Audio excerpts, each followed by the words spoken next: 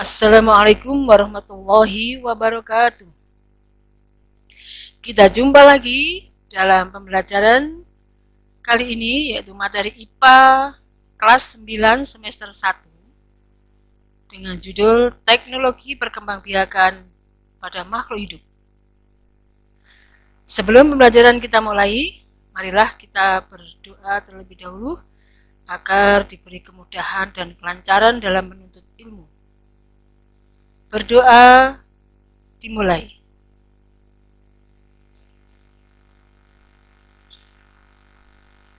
Berdoa selesai. Anak-anak, kali ini kita akan membahas tentang teknologi perkembangbiakan pada makhluk hidup. Ya, jadi makhluk hidup itu ada tumbuhan, ada hewan, ada manusia. Yang pertama di sini adalah nanti yang kita bahas pada tumbuhan, yaitu tentang tanaman tumbuhan hidroponik, vertikultur, dan kultur jaringan. Pada hewan dan manusia itu ada inseminasi buatan, ada cloning, dan bayi tabung. Oke, coba perhatikan. Kita bahas yang pertama adalah pada tumbuhan. Yang pertama adalah hidroponik. Pernah dengar ya, tanaman hidroponik? Merupakan cara penanaman tumbuhan menggunakan larutan nutrisi dan mineral dalam air. Teknologi ini tidak menggunakan tanah dalam penggunaannya. Tumbuhan menyerap nutrisi yang penting dalam bentuk ion-ion yang terlarut dalam air. Ada dua pilihan penggunaannya. Tanaman dapat ditanam langsung ke dalam wadah berisi larutan nutrisi.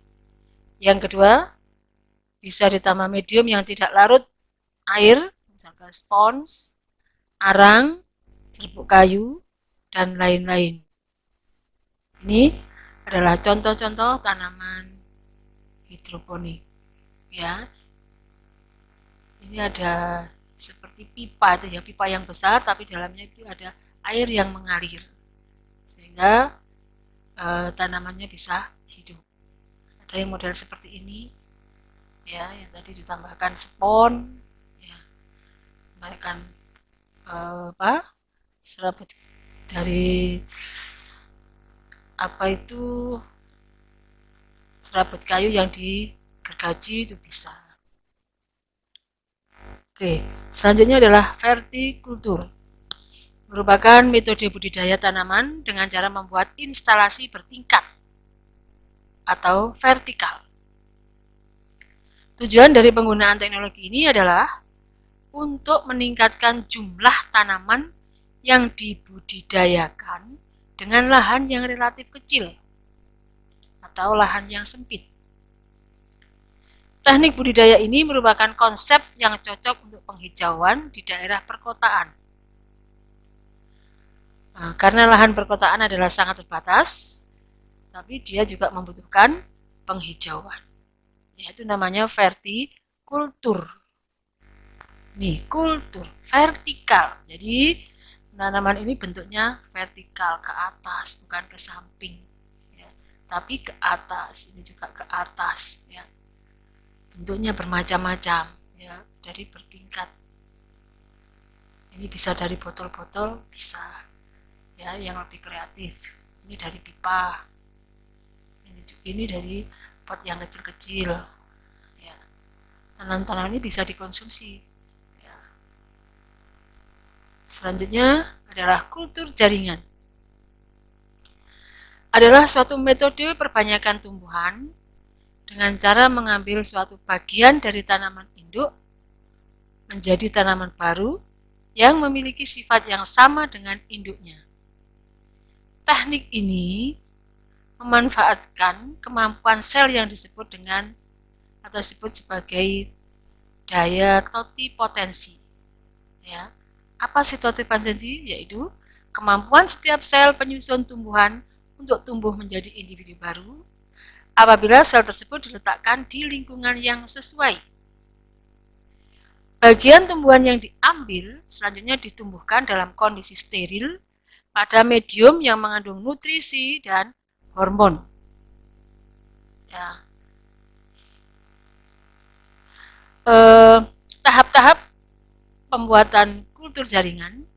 Yang pertama itu adalah explant, ya. Explant itu adalah pemotongan bagian-bagian tumbuhan. Ini bisa akar, batang, daun atau akarnya ini. Jadi batang atau daun atau akar bisa dipotong-potong jadi kecil-kecil, atau potongan-potongan ini yang disebut dengan explant. Explant ini dimasukkan ke dalam suatu medium yang berisi nutrisi dan vitamin tadi, ya. Akhirnya akan tumbuh menjadi kalus. Apa kalus itu? Yaitu kumpulan sel yang terjadi dari sel jaringan awal yang membelah secara terus-menerus. Ini membentuk kalus. Kemudian kalus ini akan berkembang menjadi plantlet, yaitu tanaman hasil kultur atau tanaman yang kecil yang sudah siap, sudah mulai berakar, berdaun, sudah siap untuk ditanam di lahan yang dibutuhkan. Ini prosesnya.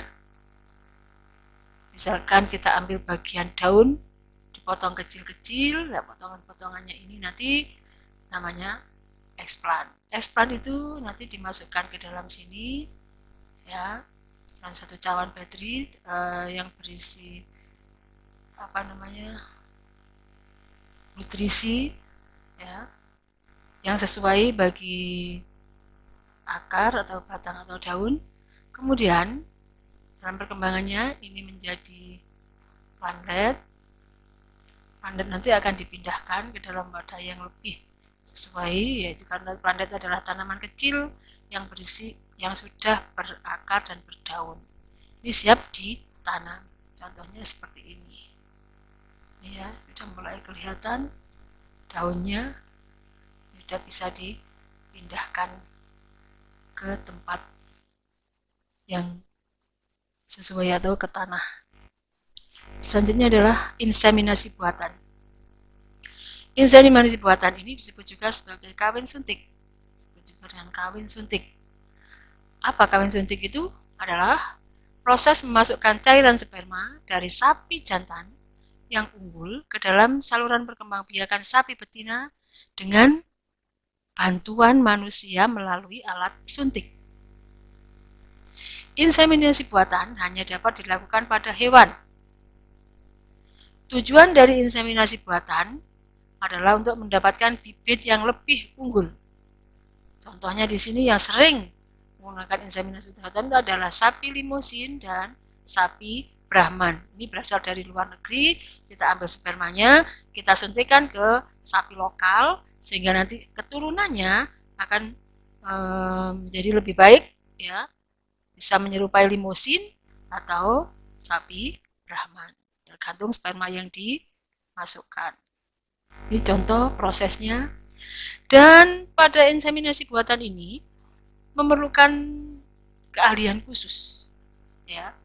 Jadi di sini ada dokter hewannya atau mantri hewan, ya, itu yang bisa memasukkan sperma ke dalam tubuh induk betina dengan cara dikawin suntikan. Selanjutnya adalah cloning. Cloning adalah proses pembuatan klon. Apa sih klon itu? Ini individu hasil perbanyakan secara aseksual dari satu induk. Jadi ini dibuat dari satu induk, diciptakan dari satu induk. Ya, penggunaan cloning pada manusia dilarang karena melanggar kode etik. Ya, salah satu contoh hewan hasil cloning adalah domba Dolly.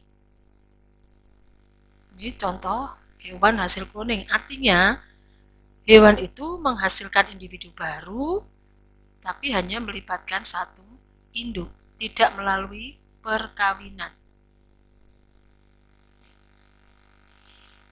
Perkembangbiakannya secara aseksual.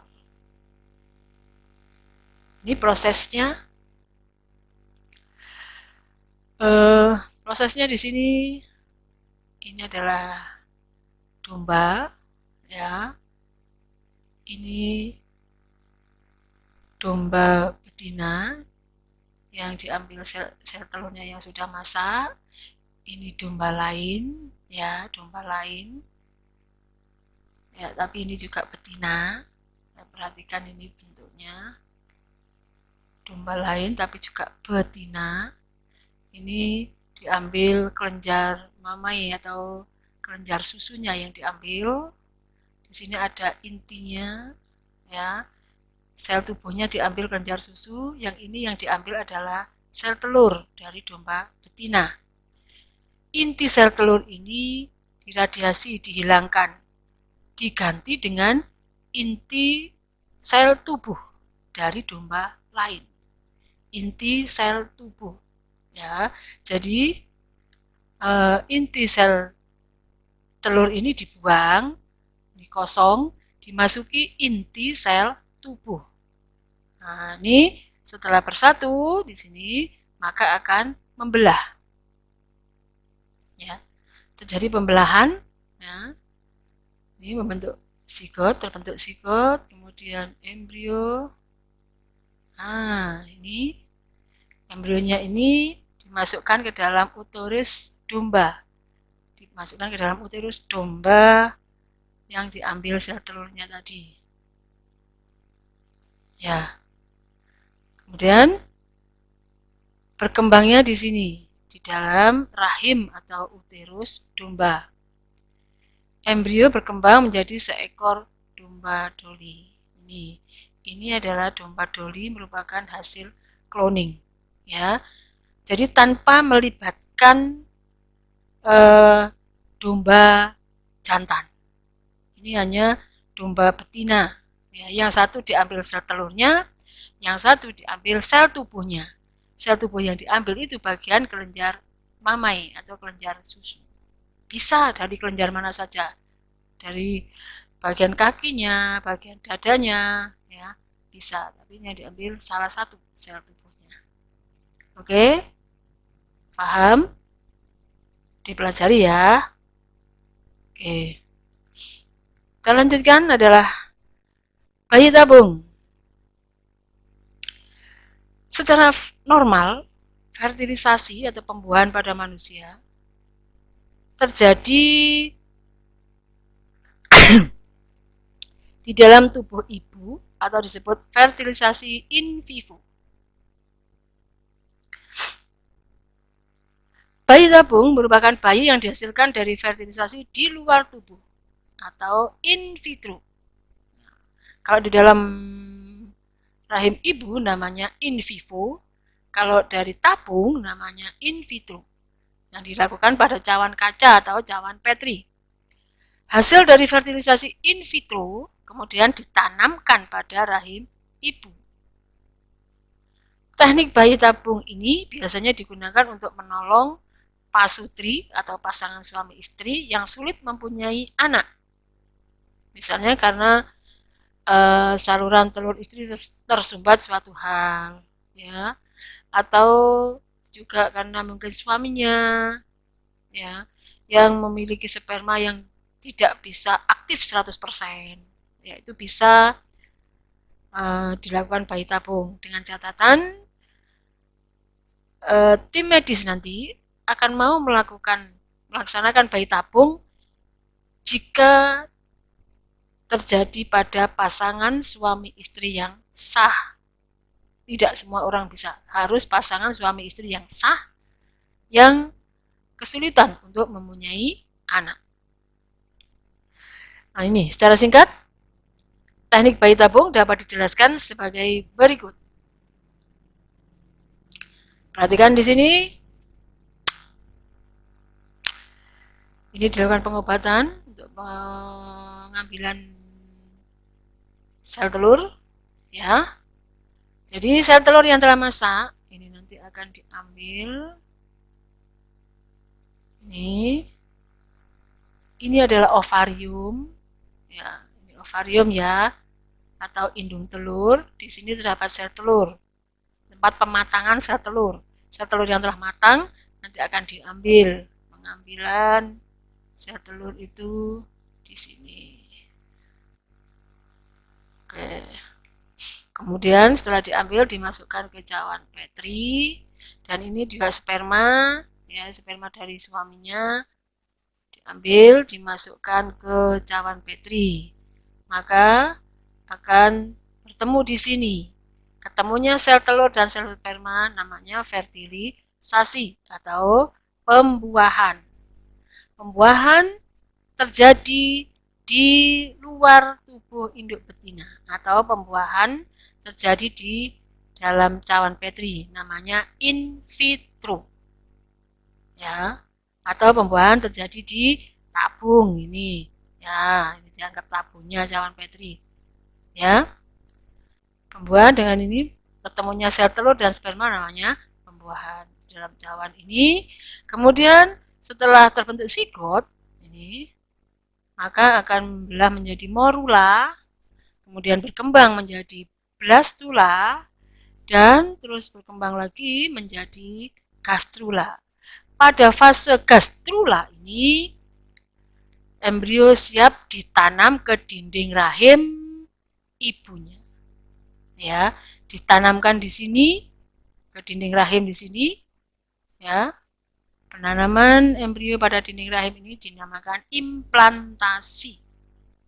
Jadi ditanamkan di sini pada dinding rahim atau pada dinding uterus. Nah, di sini terjadi pertumbuhan dan perkembangan. Jadi dibesarkannya itu di dalam rahim. Sampai usia 9 bulan 10 hari nanti akan bisa dilahirkan. Ya. Pada umumnya dilahirkannya melalui operasi sesar untuk bayi tabung. Ya. Demikianlah yang bisa saya sampaikan. Mudah-mudahan bermanfaat. Terima kasih atas perhatiannya. Assalamualaikum warahmatullahi wabarakatuh.